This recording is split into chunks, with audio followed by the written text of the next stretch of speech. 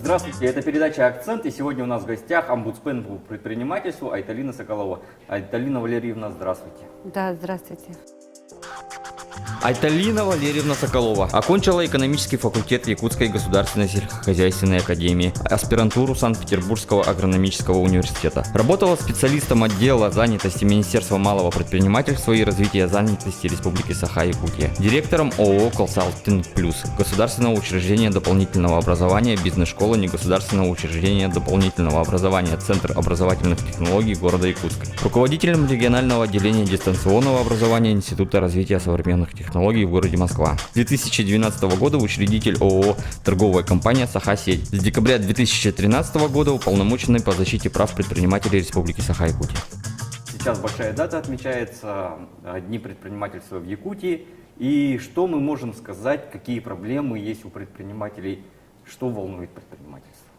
Да, действительно, традиционно такая площадка, как форум предпринимательства, проходит у нас уже не в первый год, и это серьезная деловая площадка, где бизнес может обсудить свои проблемы совместно с властью, найти пути выхода из проблемных ситуаций.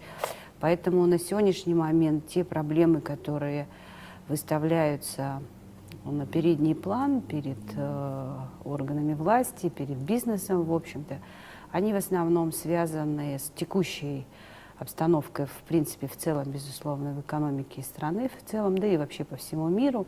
Это прежде всего, из таких внешних причин, я бы сказала, назвала бы падение спроса, в целом по рынкам, то есть сжатие спроса такое, есть некоторые такие наблюдения, и из внутренних наших, внутриреспубликанских проблем, это проблема кадров прежде всего, то есть нехватка квалифицированных кадров, недостаточная образовательных таких площадок, да, то есть и вопросы нелегального предпринимательства, да, то есть, такого лжепредпринимательства, которое на сегодняшний момент, но это как побочный эффект от той ситуации, которая на сегодняшний момент находится вся в целом экономика. То есть здесь, конечно, проблема как бы многосоставная, но собственно, основные вопросы, которые сегодня озвучивает бизнес в этой части. Бизнес очень волнует именно уход в тень, потому что говорят, что, как выразился наш премьер-министр, хватит кошмарить бизнес, и единственный выход, который они находят, это уход в тень. И какие есть у нас институты, чтобы, и как саморегуляция, наверное, предпринимательства, как это у нас происходит? Вот хорошую тему вы затронули, вопросы саморегулирования. То есть мы, собственно, подошли к такому этапу, когда бизнес заинтересован в объединении, в саморегулировании, в установлении правил, стандартов, требований к бизнесу, потому что те существующие требования, которые на сегодняшний момент есть, их достаточно сложно, во-первых, их сложно реализовывать в жизни по ряду причин тоже, да, и неинформированности бизнеса. Плюс эти требования отчасти носят некий добровольный порядок. Да. И поэтому здесь как раз на передние планы выступает саморегулирование. В общем-то, все страны к этому так или иначе подходили, и на сегодняшний момент мы видим уже достаточно интересные прецеденты, когда бизнес-ассоциации понимают эту важность и локализуются, собираются вместе в саморегулируемой организации. Да? Понятно, что у нас есть закон о саморегулируемых организациях, есть СРО в строительном бизнесе и так далее. Да? Но такое добровольное саморегулирование, оно должно приветствоваться всячески. И это как раз форма защиты бизнеса от такого неформального сектора, во-первых. Но и надо понимать, что одна из причин ухода в тень это, собственно, невыгодность ведения бизнеса, ну, микро, естественно, да, вот та административная нагрузка, то есть не давление, а именно нагрузка, которая ложится на предпринимателей, начинающих в особенности, она, конечно, несоразмерна тем доходам, которые люди планируют получить. Да. Тут есть и это экономические, так сказать, ну, основные это налоговые обязательства, которые, естественно, возлагаются сразу автоматически, ну и административная нагрузка, это, я бы еще отметила, это вот вопросы отчетности и так далее, которые, в принципе, всегда усложняют жизнь человеку, который планирует, ну, небольшой приработок получить, да? Поэтому здесь два таких основных направления. То есть это защита бизнеса в форме саморегулирования, когда отраслевые объединения, но здесь имеется в виду уже более крупный, более устоявшийся бизнес, защищает свои интересы, защищает свои, ну, качество своей продукции, да, услуг демонстрирует.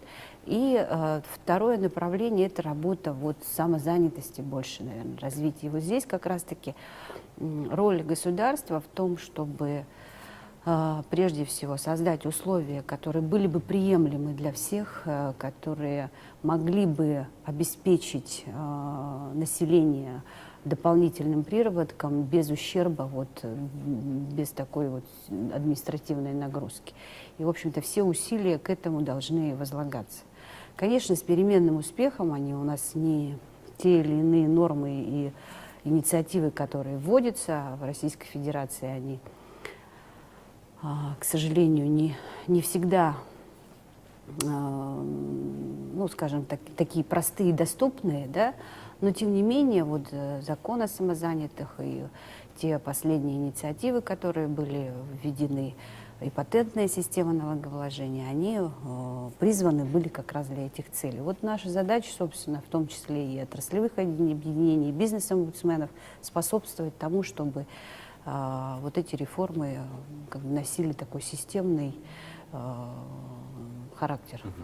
Но все-таки ваша работа основана в основном на конфликте интересов большей частью. И какие есть у нас институты, наверное, урегулирования этого вопроса и как работает омбудсмен, собственно? Да, бизнес-омбудсмен в своей деятельности сталкивается ну, порой в конфликтных ситуациях, и здесь я бы не рассматривала это как, ну, конфликт интересов. Дело в том, что бизнес, он все равно несет социальную функцию. И здесь как такового конфликта интересов не должно быть в принципе. Это наше привычное понимание, те старые установки, что бизнес и власть друг с другом конфликтуют. Да? То есть мы должны переходить уже к такому диалогу, когда мы не конфликтуем, а мы идем вместе, друг друга дополняя, друг другу, так сказать, помогая. Потому что, но в силу, так сказать, сегодняшней ситуации, какие возникают конфликты, конечно, они есть, присутствуют. Это конфликты по вопросам там, земельных, по земельным вопросам, по тем же госконтрактам. Это всегда находишься, конечно, на острие вот этих взаимоотношений, но вот та система, которая создана на сегодняшний момент, третейские суды, по идее, да, вот должны были работать, они на сегодняшний момент, к сожалению, не совсем оправдали себя. И то, что мы видим, что на сегодня вот недостаточно медиативных площадок, вообще вопросы медиации недостаточно широко используются, хотя могли бы быть использованы более широко, но, тем не менее, мы на своей площадке, у меня уполномоченного по защите прав предпринимателей, мы создаем такие площадки и тиражируем эту практику и на различные общественные объединения, да, когда стороны могут приходить к примирению, потому что в основном очень много проблем возникает из-за того, что люди разговаривают на разных языках, каждый, естественно, говорит, исходя из своих потребностей, из своих, так сказать, целей и задач, но, тем не менее, Это то направление, в котором нам нужно двигаться и все активнее продвигать. Вот сейчас услуги медиаторов активно пропагандируют и предлагают также в арбитражных судах, потому что ни для кого не секрет, что суды у нас переполнены, что конфликтов очень много, причем это конфликты не всегда с государственным участием, это конфликты больше, наверное, даже между бизнесом. И порой до абсурда доходит, что не могут договориться даже вот в рамках своих гражданско-правовых взаимоотношений. И это тоже проблема, с которой нам нужно работать и воспитывать, и взращивать в людях вот культуру взаимоотношений, бизнес-взаимоотношений. А если коротко, подытоживая наш с вами разговор, как можно охарактеризовать в данный момент, наверное, состояние бизнеса в республике и куда ему стоит стремиться? Коротко по показателям, как таковой, то есть количество ну, то есть предприятий, которые заканчивают, так сказать, ну, снимаются с регистрационного учета, оно, в принципе, не столь значительное, да, то есть это есть естественная убыль, так скажем, да, естественная прибавка, но из всей общей массы очень много предприятий, которые не работают фактически, да, предпринимателей. То есть это порядка, ну, по нашим оценкам, это около 60%, 60-70 где-то в этом интервале. Вот. Со снижением покупательской способности выручка у компаний падает, и, естественно, они озабочены в основном сокращением расходов. То налоговая нагрузка, которая на сегодняшний есть, особенно с социальными взносами, с отчислениями от фонда оплаты труда, она на сегодняшний день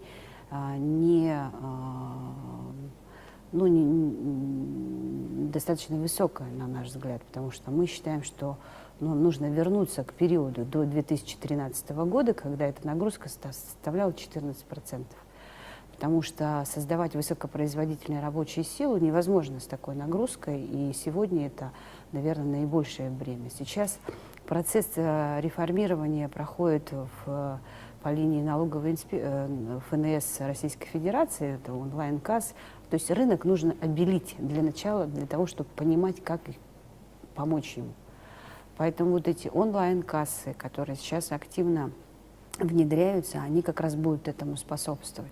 И потом уже должна быть какой-то некий дифференцированный подход, то есть по той нагрузке, которая для предпринимателей приемлема, да, вот с учетом градации на микро, малые и средние предприятия. Вот, поэтому ситуация, я бы не сказала, что это спад, но некоторые тенденция к уменьшению, но я бы сказала, просто период, когда нужно оттолкнуться и найти новые